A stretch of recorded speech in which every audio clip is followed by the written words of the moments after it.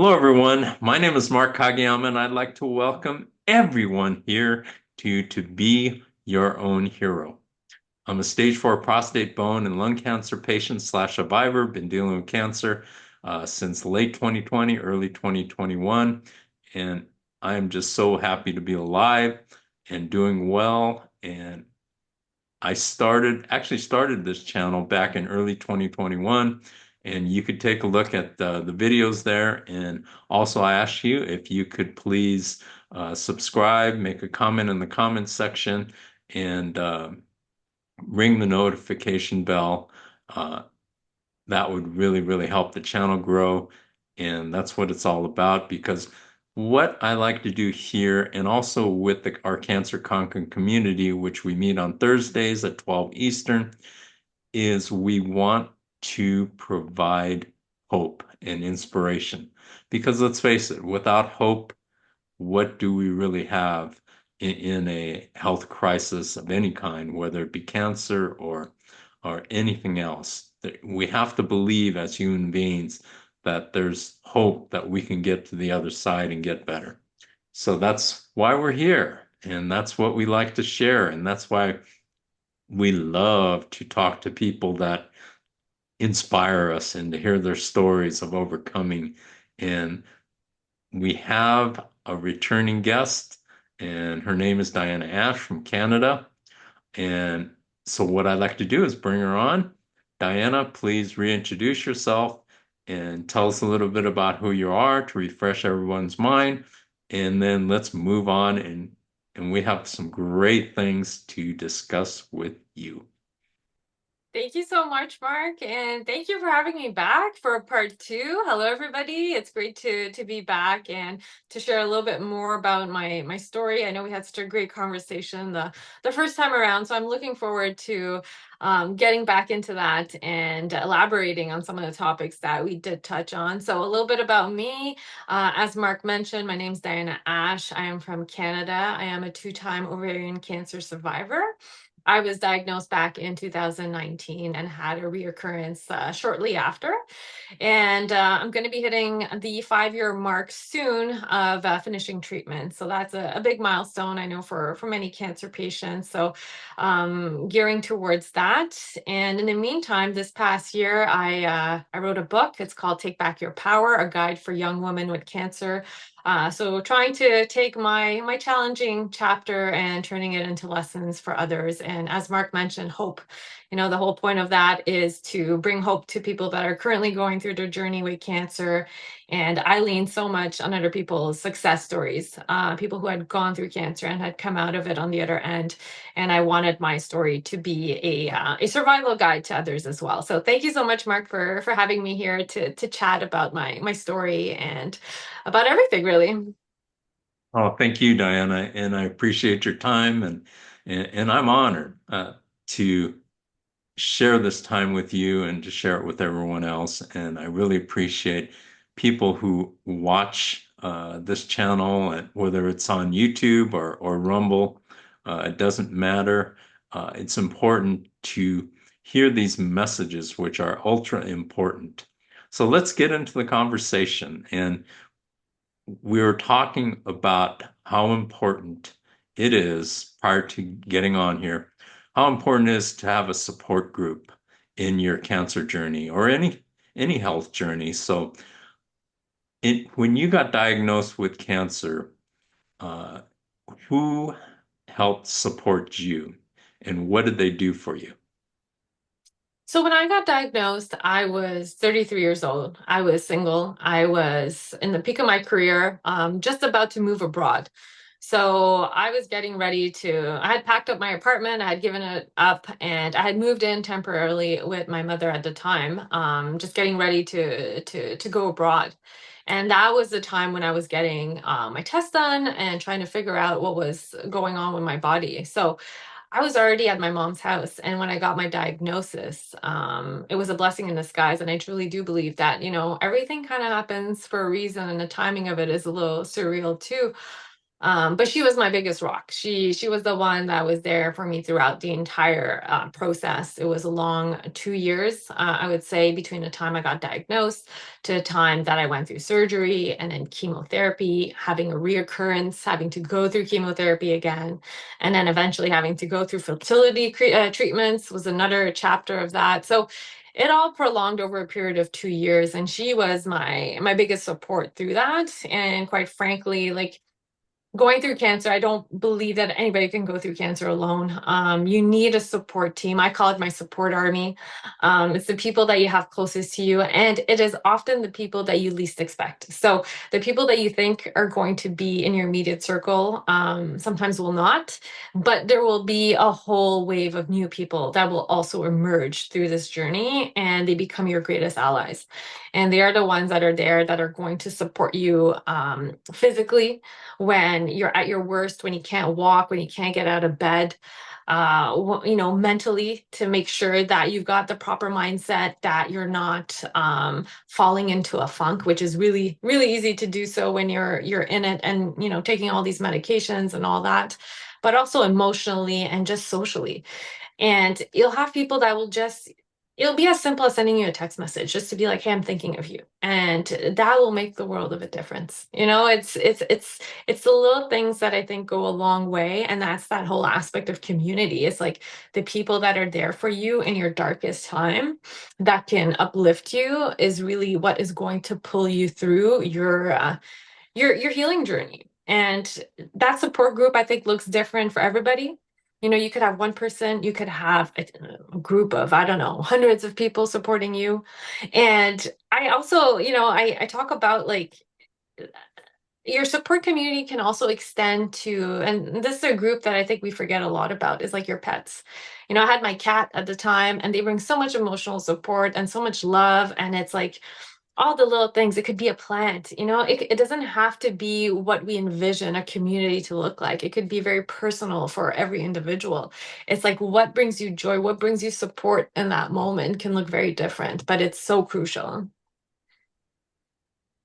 You you brought up a fascinating point to me, and I could relate to it because I had it in the opposite direction, and let me explain.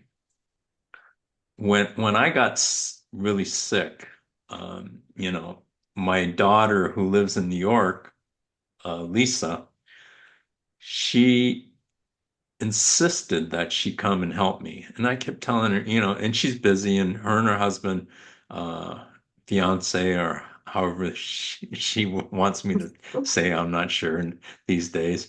But anyway, she insisted that she come and stay with us. And she said, I could come stay with you for 2.5 months.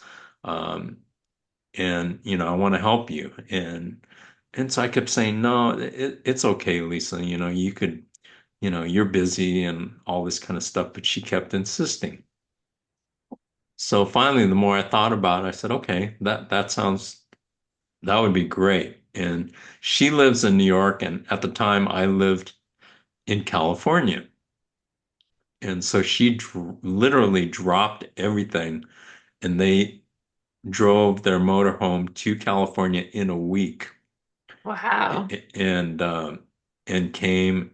And the experience that I had with her was just priceless, absolutely Mm. priceless. Because for me, why don't you relate it to what you experienced with your mother? For me, it was such an incredible opportunity for me to get to know my adult daughter as an adult, because I didn't, up until then I hadn't spent that much time with her since, since she became, went to school and all that kind of stuff, and she had moved to New York. So to spend that 2.5 months with her every day, and she cooked for me every single day. I mean, and she's a great cook, and she would make. these big plates of food. And that was when I was 123 pounds and I was really, really weak. So, but the thing that, and that part was great. But the thing that was so precious to me was just spending the time with her. And we just laughed and we enjoyed each other every single day. And I look forward to it. So, why don't you talk about that experience that you had with your mother, uh, on a daily basis? Yeah, so that's a great point that you bring up, Mark, because I think when we get into cancer diagnosis, it's like we forget what's really important, right? Until we have to go through something traumatic as cancer. And it's like these moments, like these 2 months that you got to spend with your daughter, it's so magical, right? And it's like you learn to appreciate that so much. And for me to be able to have my mother there, huge source of support. I honestly wouldn't have made it through without the support that she was giving me. And I'll be honest, there are days where, I wasn't feeling well and it was like I was just so angry and like dealing with my emotions. But just to know that someone is there and to be able to express yourself in different ways, your good days and bad days, and just having that support, that cushion, right? For me was such a big help, to the point that you don't even, I think, comprehend it at the time when you're in it. It's just afterwards you reflect on that and you're like, wow, like I was able to have that support that carried me through. So to be able to have those moments and to be able to have somebody there to carry you through on your in your difficult times, I think is just it's crucial. And you guys don't know me, but I prior to cancer, I always was like this independent woman. I'm gonna do everything on my own. And like people would offer to help to the point that I'd be like, no, no, I'm okay, everything's fine. And I think as women, we have a tendency, like we've just like been born to take care of other people, that when it comes time to allowing other people to take care of us, we're like, no, no, it's okay, I got it. But one of my friends once told me, she said, by you denying the gift, the only gift that I can give you at this time is to be there for you and to help you. You're actually hurting me. It's like, this is the only thing I can give you at this point. Let me do it. And it changed my perception completely. I was like, wow, it's true. Like I'm denying them the gift of being able to do something for me in this moment when they can. So that was a big, big lesson for me through this cancer journey by allowing people to step up and do what they can in any capacity that they can. And I think every person will show up a bit differently. But that's a big component of it too, is that you're gonna have these amazing experiences with people that show up for you in your darkest of times. And it's, there's so much love and compassion and so much strength in that just blew me away, to be honest. Like that community, that support, those relationships, the relationship with my mother too. It's like, we've gone through so many difficult times, but this was really a test of time and patience and uncertainty. And it brings you closer. It's during those moments that you really create this bond. And in a way, I never wish cancer on anybody, but I think there's so many blessings and lessons that have come through it that I wouldn't have necessarily experienced had I not gone through it, if that makes any sense. Absolutely. You couldn't have said it better. You said it so well, and I 1,000% agree with you. And how would you say that you and your mother's relationship grew from the time that you got diagnosed throughout the 2 years?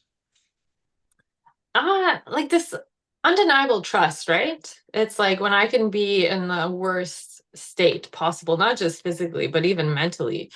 And to be able to try to process a lot of emotions, that sort of came to the surface, but I hadn't done the work to really understand, right? So to be able to express that and it coming out even sometimes really ugly, it's like it would just be anger. And it was like, why is it coming towards her? But her still understanding the situation and like being there, it was for me, it just solidified the strength and the bond to be like, wow, this is unconditional love. It's like you can really be there for a person and love a person at their worst and still try to help them get through that, right? And I don't know for you, Mark, but like to have those moments with your daughter too, to see her as an adult and to have those moments, it's like there's depth to that.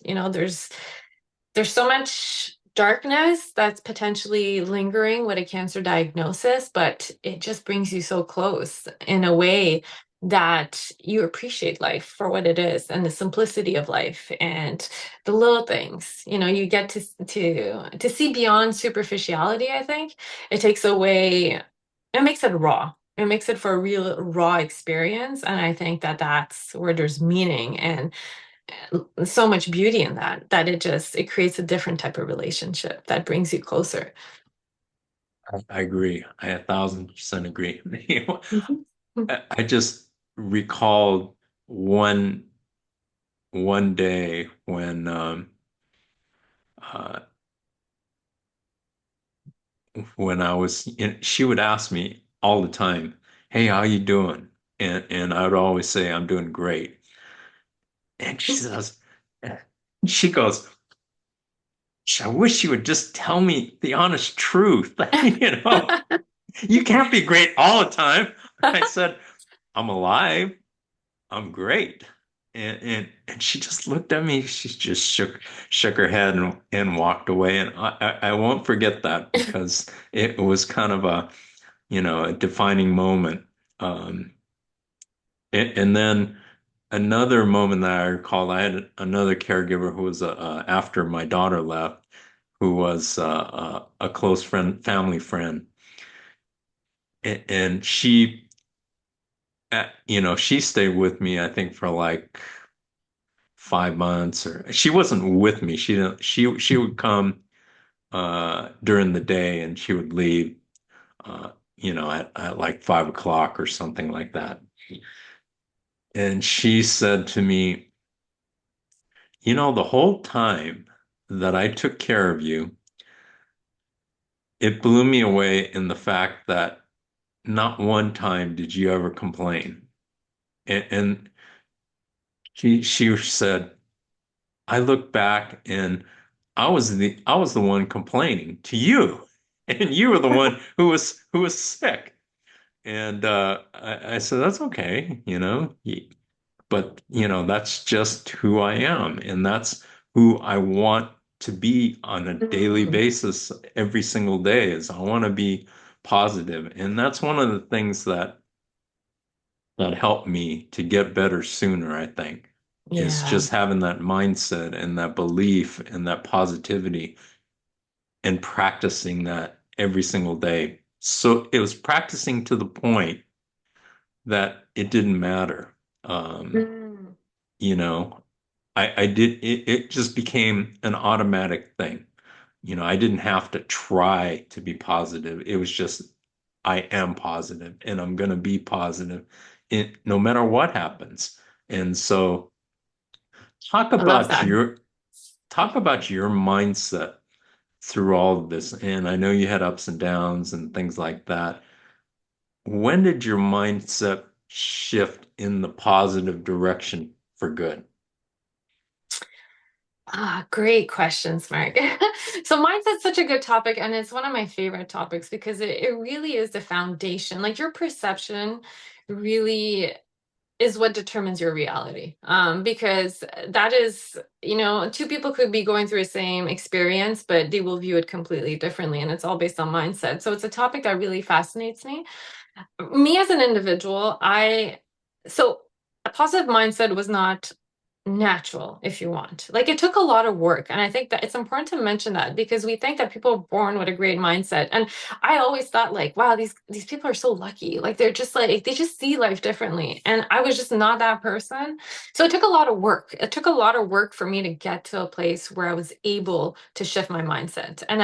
part of the reason I share that is because if you're not there, there's a way to get there and you can build towards it. And it is doable because now I've gone to that place where I'm like, okay, I just had to make certain changes in my life and in the way that I was thinking to actually build a proper mindset. So it's doable for anybody. It really is. It's just a matter of taking the appropriate steps in order to get there.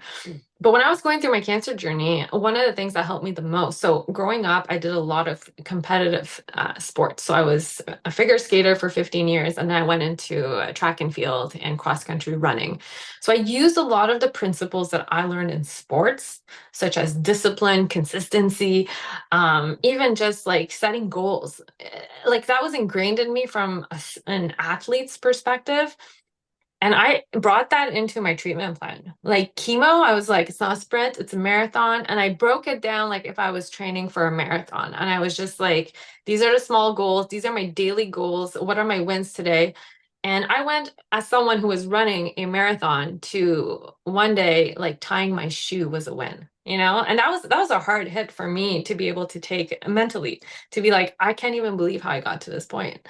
So it would be really easy for me to fall in a negative mindset. And I feel like, the way that I was programmed, I just automatically sometimes would get into a negative mindset. So I was like, I need to just like scrap this. How do I get to a place where I can wake up every morning, be grateful that I get another day and that I can see the wins for what it is and not compare myself to an old version of myself that I was, like appreciate where I am now. So it took some work, to be honest. It took a lot of work. But I going through the treatment plan, going through chemo is actually where I built a foundation for that mindset. Surprisingly, it was like in the trenches that I was able to be like, this is where I choose. It came down to a choice. It boiled down to a choice that I'm going to have a better mindset. And I'm going to do everything that I can in order to get there. And it was a choice every day, multiple times a day. It's like, is this how I want to perceive the situation right now? Like, what can I see? Like, a moment of gratitude is huge for me. So I practice gratitude a lot. And it's like in those moments where you're feeling bad and like you're feeling angry, it's like take a moment, breathe, and it's like just think of a few things that you could be grateful for because there's always something out there that you can be grateful for in any circumstances, right? So just like practicing that on a daily basis just eventually became a habit. It was like I just trained my mind eventually to see the good. And it became like I don't have to remind myself as much now, it becomes a part of you. It becomes of who someone, it becomes who you are. Um, I, and that being said, I think no matter who we are, we still need reminders and we yes. still need, you know, I mean, it's real easy for me because on LinkedIn, I post every single day, some kind Yeah. of inspirational, positive quotes or things like that. So I'm always, looking for that kind of thing. How long did it take you to get to that point where your mindset was in, autopilot? It's hard to state a time frame because it's almost so gradual that you don't really notice it. Like it's not an automatic shift, like, okay, today I decide I'm going to be, in a positive mindset and it shifts completely. Like you said, there are moments where, especially when you're in that transition phase, it's like you'll revert back to your old ways of thinking, whether you want it or not. So it's a matter of like getting yourself to notice that, to become self-aware. It's like, what am I thinking right now? Like, where are my thoughts even going? And then re-navigating it back to where you want it to go. And it's so gradual that eventually it becomes kind of automatic. And you're like, oh, I can't even believe I had a terrible mindset in the past. So it's hard for me to say exactly like the amount of time. I think I probably still, there are days where I have to like, go back and re-navigate. But I think your energy will tell you because the way that you feel oftentimes is linked to the way that you think. So, and we don't make the connection with regards to that. And a lot of times, the action that we take will determine how we feel and how we think. So you, for example, posting every day, Mark, like you're taking an active step in spreading positivity and it's bringing you positivity as well. And I think that's so important. It's like when you're feeling in a funk, okay, what can I do in this instant that I know is going to make me feel good? can I go for a run? Can I help somebody? Can I call somebody? Just knowing what are the activities that you can do to reset sort of where you're at, I think is really important. And also just being aware of how you're thinking. So for me, in terms of timeline, I would say, it's a work in progress. I think there's still work. I'm a very much self-improvement junkie. So I always want to strive for better, and there's no end in that. But I will say that my mindset throughout my cancer journey is what helped me get through. Like I was focused and there was nothing that was going to deter my mindset. And I focused on success stories. That was the thing that I wanted to feed my mind consistently. That's what I wanted to go back to because it's so easy to be trapped in fear.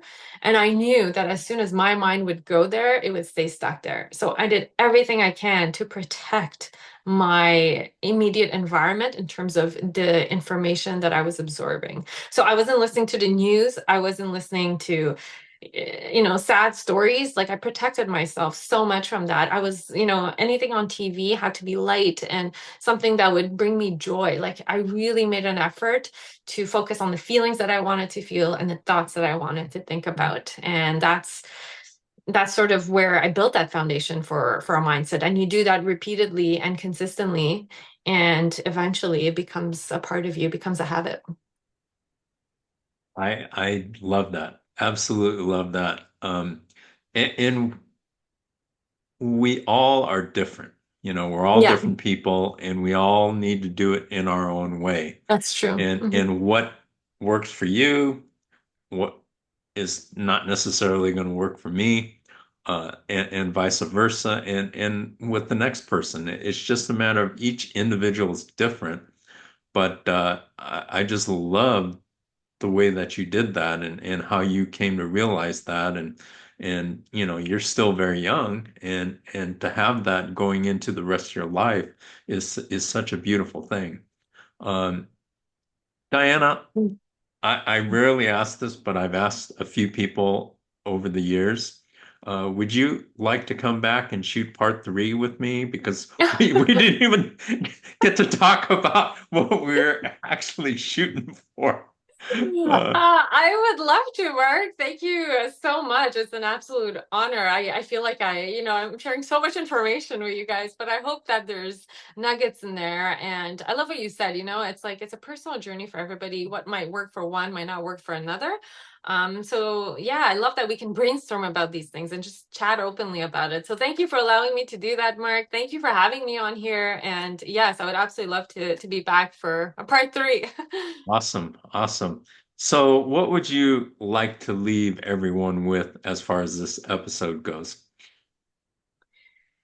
I would say that, regardless of what situation you're in right now, keep in mind that perception matters. I think that was the biggest thing for me is that, we can't control what happens in our external environment, but we can control what happens in here and where we choose to focus our mind. And although not easy, and although we've been potentially thinking a certain way for so many years, it's hard to think that we could rewire that. But if you can, and anybody can, it's a willingness to want to do that, to see things differently.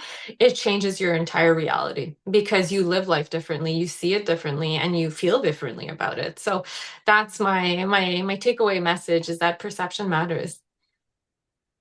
Absolutely beautiful. So, one final question. If you had the power to instill in the world one feature, what feature would that be and how would you do it? One feature. It would be hope. And I think you mentioned hope, Mark, but hope for me is like the key. It's the key to anything. It's the belief in something that you haven't yet seen, right? That's faith. Like for me, that's so crucial. And it's a game changer. It's like if you truly believe in something, regardless of what anybody tells you, and you focus on that belief, it's transformative. So I see so many people give up hope, just because somebody might have said something or they heard something and they lose belief in themselves. So for me, it's to instill that hope in every single individual and that belief in themselves that I would like to do. Absolutely incredibly well said, as usual, Diana. Thank you so much for your time. And I just love the conversation that we have I love and it. the information that you shared with everyone. And I'd like to thank every one of you out there who have joined us at To Be Your Own Hero, whether it's on Rumble or YouTube. Uh, Thank you for spending time to take a look at this, and hopefully you've come away with some nuggets. And what's important is if you just learn one thing or pick up one thing that could help you in your life, that's what it's all about, because that's why we're here, is we want to provide hope, inspiration, and positivity and, things that you can interject in your life. And that's what it's all about. Because if you don't learn from the things that you're doing or the things that you're watching, there's no point in it. So, again, I just want to thank everyone. Please like, subscribe, make a comment in the comment section. And we will see you next week on To Be Your Own Hero. But in the meantime, in this next week, do something for someone else, whether it's small, anything, anything to help make the world a better place is a great thing, whether it's just opening the door for somebody or helping somebody across the street or whatever it may be, helping a family member. Do something positive for the world, and we will hope to join you next week on To Be Your Own Hero. Thank you very much and have a great week.